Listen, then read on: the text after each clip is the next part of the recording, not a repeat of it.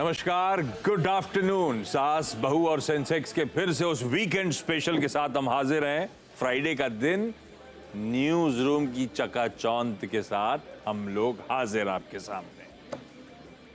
लेकिन प्रॉमिस वही है, देश के तमाम जाने माने एक्सपर्ट्स जुड़े इस प्लेटफॉर्म पे, हमारी आपकी मदद करें शेयर बाजार से जुड़ी क्वेरी सॉल्व करने में।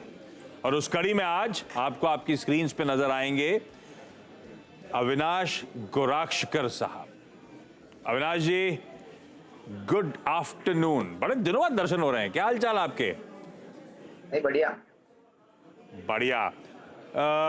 अच्छा, शो में थोड़ा सा जल्दी जल्दी चले। अविनाश जी लास्ट वीक जुड़ नहीं पाए थे, मुझे बताया गया था कहीं बिजी थे। अविनाश जी, कोई अनवाइंडिंग के लिए कुछ फोकस करते हो आप वीकेंड्स पे, या एकदम काम ही, वीकेंड पे भी काम ही चलता है?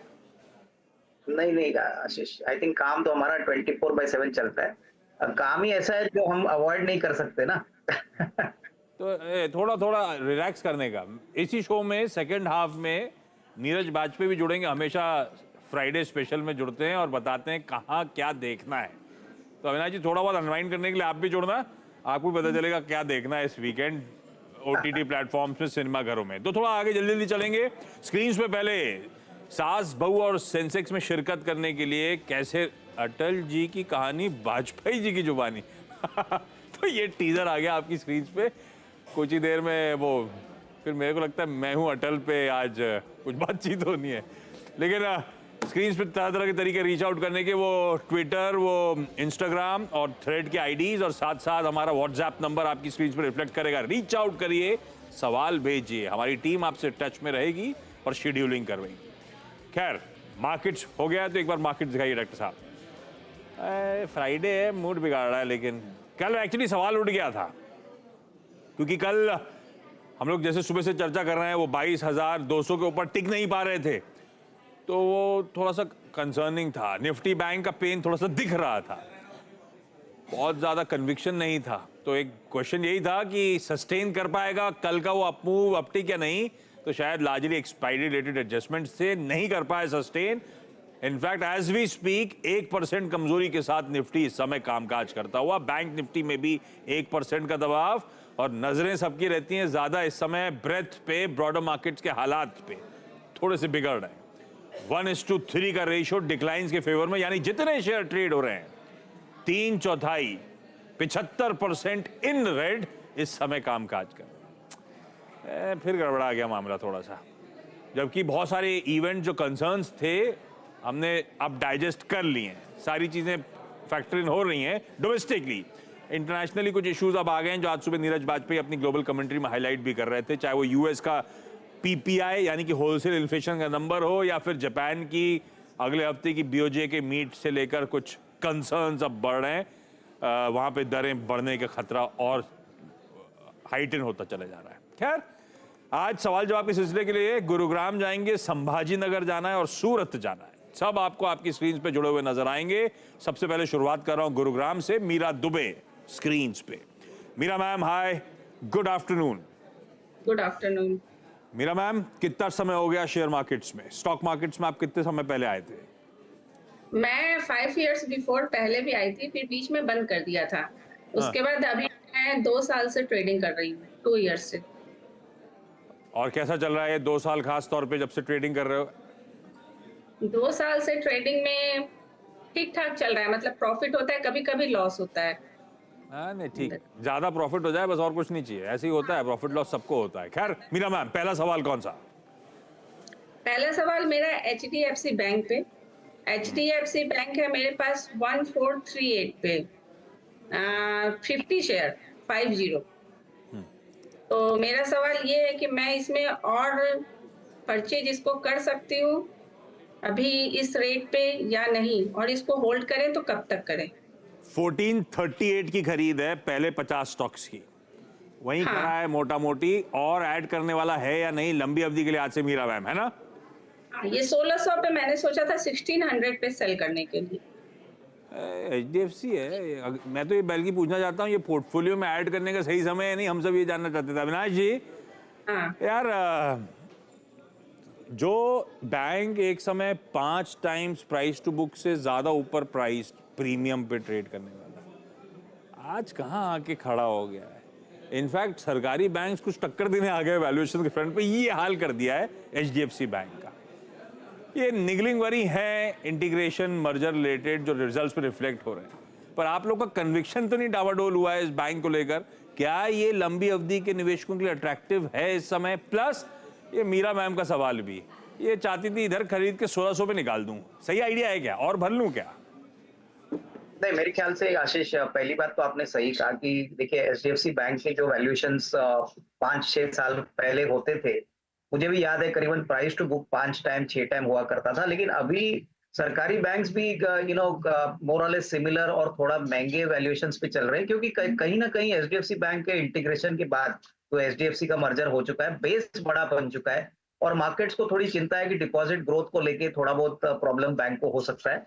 बट हाँ, अगर लंबी अवधि की बात करें, अगर अगले 12-15 महीने की बात करें, तो यहाँ पे 1600-1700 रेट मिल सकता है, ऐसा नहीं कि नहीं मिलेगा। बट शॉर्ट टर्म में मैं मीरा जी को यही कहूंगा कि शॉर्ट टर्म में कोई बड़ा अपसाइड एक्सपेक्ट ना करे, क्योंकि ऑलरेडी काफी लोग एंट्री कर चुके हैं ऊपरी लेवल पे। थोड़ा सा सेलिंग प्रेशर आपको दिख सकता है, लेकिन ऐसे बाजार में जब मार्केट बहुत वोलेटाइल है, लार्ज कैप के कंफर्ट में अगर आपको पैसा डालना है, तो मैं समझता हूँ कि 1450-1460 का एक अच्छा लेवल है जहां पे स्टॉक थोड़ा बहुत स्टेबलाइज होगा। बट 1600 का रेट आपको 12 से 15 महीने में मिल सकता है, ये मॉडरेट एक्सपेक्टेशन है, क्योंकि कोई बड़ी ट्रिगर पॉइंट अभी बैंक में दिख नहीं रही है। तो बैंक आपने बहुत अच्छा चुना है, लेकिन टाइम फ्रेम थोड़ा लंबा रखिए, तभी आपको पैसा बनेगा। और बड़ी उम्मीद मत रखिए बहुत बड़ा पैसा बनेगा, क्योंकि नॉर्मली लार्ज कैप स्टॉक्स में आपको 10 से 15% रिटर्न अगर साल भर का मिलता है, तो आपको एक अच्छा रिटर्न मानना चाहिए। ये बात सच है। निफ्टी 50 में या एक्चुअली अच्छी क्वालिटी पेडिग्री में कहाँ वैल्यूएशंस का कंफर्ट मिल रहा है, जब बाजार हर जगह वैल्यूएशंस को लेके क्वेश्चन मार्क उठा रहा है, तो कुछ चुनिंदा आइडियाज में से शायद ये है। अब ये रिटर्न कब देगा पता नहीं, इस समय कंफर्ट में है, थोड़ा समय लगेगा, बहुत ज्यादा एग्रेसिव एक्सपेक्टेशन मत लेके चलिए, लेकिन ये अच्छे लेवल्स हो सकते हैं शायद एचडीएफसी बैंक को ऐड करने के लिए। अच्छा, इस बीच वो मेंशन करना भूल गया था, जब हम लोग ब्रेक में थे तब अपडेट आने शुरू हो गए थे। इस हफ्ते के सेकेंड हाफ में सब वेट कर रहे थे कि इलेक्शन कमीशन की प्रेस कॉन्फ्रेंस और आम चुनाव के डेट्स का अनाउंसमेंट होगा। अभी अपडेट आया हुआ है कि कल दोपहर यानी शनिवार को दोपहर 3 बजे इलेक्शन कमीशन प्रेस कॉन्फ्रेंस रख रहा है। बट ऑब्वियस है कि वो इलेक्शन डेट्स का अनाउंसमेंट आएगा, उसके बाद आचार संहिता लागू होती हुई नजर आएगी। देखते हैं अब क्या निकल के आता है, क्या डेट्स निकालता है इलेक्शन कमीशन। संभाजी नगर से संचिता कुलकर्णी स्क्रीन पे। संचिता मैम, हाय, नमस्ते, गुड आफ्टरनून। संचिता मैम, आपका पहला सवाल। हाय Ashish ji, good afternoon. Hi ma'am, पहली क्वेरी कौन सी संचिता मैम? मैंने एनबीसीसी लिया हुआ है 44 के प्राइस पे 400 शेयर्स, और वो 7 मंथ्स हो गए होंगे लेके। 44 पे लिया हुआ एनबीसीसी? जी जी। अरे वाह संचिता मैम, अब सवाल क्या पूछना है फिर? मुनाफा कहाँ बांधना है या क्या व्यू रखूं, ऐसा पूछूं? जी, मुनाफा कहाँ बांधना है, और क्योंकि अभी ऑलमोस्ट 130 के लेवल्स पे से मैं इसको ट्रैक कर रही हूँ और अभी गिरते ही जा रहा है कंटिन्यूअस। अभी 110 चल रहा है करंटली, तो अभी एग्जिट कर लेना चाहिए या और आगे मिल सकते हैं, और जितने लेवल्स पहले थे वो भी मिल सकते हैं, या अभी एग्जिट कर लेना चाहिए? हाँ, अभी तो लोअर सर्किट पे भी है शायद आज। खैर अविनाश जी, 44 की खरीद, बहुत बढ़िया रिटर्न पे बैठी हैं, लेकिन वो जो दिख रहे थे उस तरह के रिटर्न्स नहीं, अब ठंडे पड़ रहे हैं। मुनाफा बांध लेना है या ये टेम्पररी निगलिंग वरी है, ये शायद वापस चलेगा? क्या करूं एनबीसीसी में? नहीं, आई थिंक इन्होंने बहुत अच्छे एंट्री लेवल पे स्टॉक खरीदा है आशीष। मुझे लग रहा है कि देखिए, इनको अगर 6 से 12 महीने का टाइम फ्रेम है, तो जो ईपीसी कंस्ट्रक्शन कंपनीज है, वहां पे हमको लगता है कि इलेक्शन होने के बाद जब नया बजट अनाउंस होगा, तभी गवर्नमेंट बहुत बड़ी मात्रा में इंफ्रा और कंस्ट्रक्शन पे फोकस करेगी। ऑलरेडी अगर एनबीसीसी की ऑर्डर बुक की बात करें तो 75-80 हजार करोड़ की ऑर्डर बुक है। एग्जीबिशन की पिछले 2 क्वार्टर से काफी इंप्रूव हो चुका है, नंबर्स में ये झलक रहा है। तो मुझे लग रहा है कि देखिए, आज का बाजार में तो डेफिनेटली थोड़ा सा डाउन है, बट अगर नजरिया 6 to 12 मंथ्स का है, तो आई थिंक इनके पास मार्जिन ऑफ सेफ्टी काफी अच्छी है। आई थिंक मेरे ख्याल से इन्होंने 44 में लिया, अभी 110 चल रहा है, करीबन 140-155 ये एक नियर टर्म का लेवल होगा। तो मेरे ख्याल से होल्ड करिए। ऑब्वियसली जैसे जैसे रिजल्ट्स आएंगे और जैसे जैसे मार्केट स्टेबलाइज होगा, इसमें कोई डाउट नहीं कि ये काफी फेवरेट स्टॉक है मार्केट में, इसमें अच्छी रिस्क रिवॉर्ड बनेगी। बट टाइम फ्रेम कम से कम 6 से 12 महीना रखना जरूर। आज असल में क्या है, सरकारियों का दिन नहीं है, वायदा बाजार के मेरे ख्याल से 1 2 3 4 5 6 7 8 टॉप लूजर्स वायदा के, सारी सरकारी कंपनीज है। आईओसी 8-9% से लेकर आरईसी जो 7%, 7 से 8-9% के बीच में सबका फॉल है। तो बेचारा एनबीसीसी क्या करेगा, 5% वो भी लोअर सर्किट पे है। सूरत से प्रीति गडरिया जी का सवाल आने वाला है। प्रीति मैम हाय, नमस्ते, गुड आफ्टरनून। प्रीति मैम, पहला सवाल। नमस्ते, मेरा सवाल है, मैंने 51 शेयर लिए हैं बैंक ऑफ इंडिया के, 255 के प्राइस से, तो अभी इसमें क्या करूँ, होल्ड करना है? ओके, बैंक ऑफ इंडिया ये लिया क्यों था? लंबी अवधि के लिए लिया था या ट्रेडिंग वेडिंग का मन था प्रीति मैम? 2016 में लिया था एक्चुअली, मेरे फादर इन लॉ ने लिया था एक्चुअली, वो पहले ये बहुत पुराना खरीदेगा, बहुत पुराना खरीदेगा ये। हाँ जी, बहुत पुराना खरीद। हाँ भाई, अब क्या करें, 250 रुपए का एक जमाने में लिया हुआ, आज भी जब सरकारी बैंक जीरेट हुए, सब कुछ हुए, तो भी आधा ही मेरे बाइंग से चल रहा है। अविनाश जी क्या करना है इसमें? मेरे ख्याल से एक देखिए बड़ी ऊपरी लेवल पे ये स्टॉक खरीदा गया है और मुझे लगता है कि देखिए अगर मार्केट में भरपूर तेजी भी आती है तो ये लेवल को क्रॉस करने के लिए काफी समय लगेगा। मेरे एक राय में इनको स्विच करना चाहिए, देखिए क्योंकि अभी जो कैपिटल इनके पास बचा है वो अगर वो कोई दूसरे बैंकिंग सेक्टर के स्टॉक में डालते हैं, जैसे कि फेडरल बैंक है या आईडीएफसी फर्स्ट बैंक है, मुझे लग रहा है कि देखिए आपको कैपिटल एफिशिएंटली डिप्लॉय करना चाहिए। 250 की खरीद और अभी 125 चल रहा है, तो ऑलमोस्ट आधा हो चुका है। तो I would suggest federal bank या आईडीएफसी फर्स्ट बैंक, दोनों ही बहुत अच्छे बैंक है और अगले 12 महीने में मुझे लग रहा है कि आपको कम से कम 20-22% की अपसाइड दोनों स्टॉक्स में मिलने की पॉसिबिलिटी रहेगी। तो स्विच करिए, थोड़ा सा कैपिटल एलोकेशन शिफ्ट करके, मुझे लगता है आपका पैसा बढ़ेगा और आपकी कैपिटल भी ग्रो करेगी। तो डेफिनेटली ये जो डिसीजन है थोड़ा पेनफुल जरूर है, लेकिन ये आपको अभी करना है। बाजार में मौके जब मिलते हैं तभी आपको इसको इम्प्लीमेंट करना है। तो आईडीएफसी फर्स्ट या फेडरल बैंक, इसको स्विच करके आप अपना कैपिटल एलोकेशन कर सकते हैं। अच्छा चलिए, रैपिड फायर में अविनाश जी एक एक क्वेरी और लेते हैं। मीरा मैम अगला सवाल। मेरे पास IRFC के शेयर हैं 150 के रेट। 150 के 136 पे चल रहा है। अविनाश सर क्या करें? बिल्कुल होल्ड करिए आशीष, मुझे लग रहा है कि इलेक्शन के बाद बजट आएगा तो वापस इसमें अच्छी रीरेटिंग की चाल देखने को मिलेगी। बहुत ही यूनिक बिजनेस है, स्ट्रॉन्ग बैलेंस शीट है, तो यहाँ पे मेरे ख्याल से 6 to 12 मंथ्स का नजरिया लेके यहाँ पे होल्ड करिए। बजट के आसपास वापस मोमेंटम पकड़ना चाहिए। संचिता मैम अगला सवाल एनबीसीसी के बाद। मैंने LIC लिया हुआ था जो IPO में मिला था, 904 पे 20 शेयर्स है। अभी 904 पे और फाइनली बहुत समय बाद वापस आपके भाव आए, भाव के ऊपर गया, अब ठंडा पड़ रहा है ना जी। क्या करें अविनाश सर, होल्ड कर लेंगे इसको भी? नहीं बिल्कुल, देखिए अभी तो चाल शुरू हो चुकी है, थोड़ा बहुत कंसोलिडेट हो रहा है, लेकिन मेरे ख्याल से LIC काफी वेल पोजीशन है।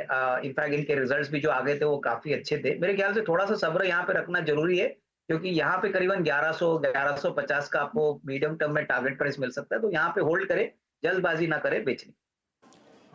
होल्ड करिए आप भी। प्रीति मैम अगला सवाल बैंक ऑफ इंडिया के बाद। SJVN है, 20 शेयर है बस, 152 के प्राइस के। हम सब सरकारी लेके बैठे हुए हैं, IRFC, NBCC, LIC, bank of India, SJVN, कोई पूछता नहीं था और आज रिटेल के पास भरा हुआ सिर्फ सरकारी है। अविनाश जी SJVN अब 152 पे खरीदा हुआ है। मेरे ख्याल से देखिए इन्होंने स्टॉक तो बहुत अच्छा चुना है, लेकिन अनफॉर्चुनेटली ऊपरी लेवल पे चुना है। मैं इनको ये कहूंगा कि अगर आपका नजरिया कम से कम साल 1.5 साल का है तो एवरेज कर लीजिए। 117-116 का रेट चल रहा है, मेरे ख्याल से बहुत ही अच्छी कंपनी है। अगले 1.5-2 साल में आपको बहुत अच्छी अपसाइड मिलेगी, प्रोवाइडेड आप अभी एवरेज करती है तो आपका कॉस्ट भी थोड़ा कम हो जाएगा और ये काफी अच्छी तरह से रिस्क रिवॉर्ड आपको लॉन्ग टर्म में देगा। तो खरीदने के लिए ये टाइम काफी अच्छा है। इसमें थोड़ा एवरेज करके नजरिया 12 से 15 महीना रख के तभी पैसा बनेगा। तो गिरा भी नहीं, कल बहुत बढ़िया मूव्स थे और आज 1% कमजोर है जब पूरा सरकारी बास्केट बहुत बुरी तरह से पिट रहा है। ठीक है भाई, इसे भी होल्ड करिएगा, अच्छी पेडिग्री है, ज्यादा घबराने की जरूरत है नहीं फिलहाल के लिए। इस नोट पर Meera ma'am, Sanchita ma'am, Preeti ma'am, thank you so much जुड़ने के लिए। अविनाश जी ब्यूटीफुली सारी क्वेरीज सॉल्व करने के लिए धन्यवाद आपका। ब्रेक ले रहा हूं क्विकली, ब्रेक के उस पार वीकेंड की करेंगे तैयारी।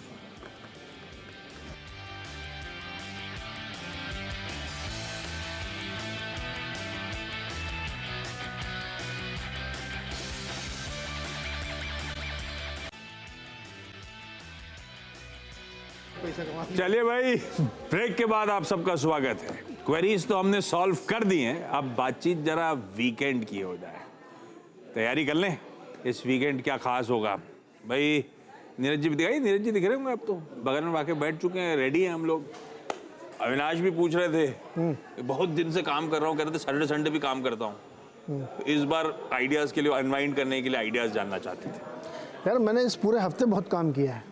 अरे रात में 8 से 10 तो आप लोग मैराथन चला रहे थे। 2-2 घंटे के बड़े बड़े शोज हो, मेगा ओपिनियन पोल्स 2 दिन चले। अब देखो कल इलेक्शन डेट अनाउंस होगी, तो मैं कल तो नहीं करूंगा, लेकिन नज़र बनाए रखनी पड़ेगी। तो होमवर्क मेरे लिए बहुत है। तो डिस्ट्रेस करने के लिए अपने लिए क्या है कि 2 फिल्में मैं देखूंगा, और दोनों पंकज त्रिपाठी की हैं। एक फिल्म पसंद आने लगेगी क्या वो आपको? नहीं, पंकज मेरे पुराने फेवरेट हैं, मैं उनको बहुत, उनकी स्टाइल मुझे बहुत पसंद। मिर्ज़ापुर से उनको ज़्यादा हमने पसंद किया। तो एक फिल्म आ रही है मर्डर मुबारक, जो नेटफ्लिक्स पर रिलीज़ हो रही है, और एक पहले आ चुकी है, अब वो जी प्लेटफॉर्म पे आ गई, Z5 पे, मैं अटल हूँ। तो अटल जी के ऊपर बनाई गई है। तो इनको देखने की वजह है कि एक तो मैं पंकज को देखना चाहता हूँ, और दोनों सेम एक्टर की हैं। कैसी एक्टिंग की, क्योंकि अटल जी का किरदार निभाने के लिए ना वो लहजा लाना थोड़ा सा एक चैलेंजिंग होगा। तो क्या पंकज कर पाए हैं क्या, मैं इस एंगल से देखूंगा। दूसरी वाली जो फिल्म है मर्डर मुबारक, इसमें एक मर्डर मिस्ट्री को सॉल्व करने के लिए अनकन्वेंशनल पुलिस का तरीका अपनाते हैं, फिर बड़ी मज़ेदार फिल्म बनने वाली। तो होपफुली कि ये थोड़ा सा मज़ा देगी। अब कॉमेडी है, लेकिन मैं अभी पहले से बता दे रहा हूँ, मैं थोड़ा क्रिटिकल रहूँगा इस बार पंकज जी के लिए, क्योंकि वो वाली फिल्म मुझे लगता है कि जितना हाइप किया गया था, पंकज ने बहुत उसको प्रोमो भी किया था, मैं टलूंगा कि, लेकिन उतना अच्छा उसका रिस्पॉन्स आया नहीं है।